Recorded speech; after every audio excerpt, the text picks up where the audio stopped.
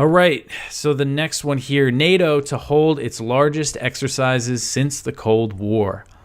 NATO will launch major war games next week with about 90,000 troops to prepare for a potential conflict with Russia that will mark the alliance's largest military exercises since the end of the Cold War. This is General Christopher Cavoli. He's NATO's supreme allied commander in Europe.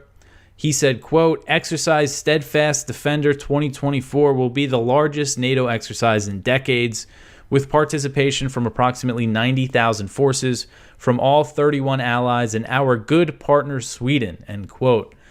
The drills will take place across Europe and will involve reinforcements coming from North America.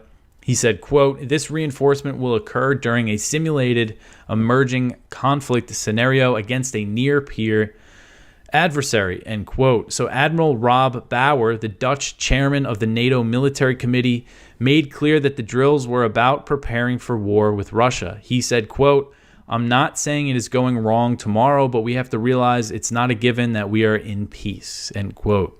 So Bauer, he's previously suggested, I remember this from last year, that NATO countries should discuss the idea of putting their economies on a war footing, basically similar to what the U.S. did during World War II, where civilian factories start producing military goods and bombs and artillery ammunition and things like that.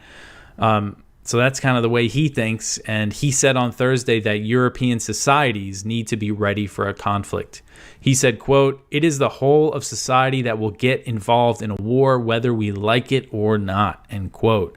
So since Russia invaded Ukraine in February 2022 and NATO threw its weight behind the Ukrainian war effort, the Western military alliance has been preparing for the possibility of direct war with Russia, despite the risk of it quickly turning nuclear. So last summer, the NATO alliance drew up plans on how to fight a war with Russia for the first time in decades that were approved at the Vilnius summit. If you remember, that was a big NATO summit over the summer.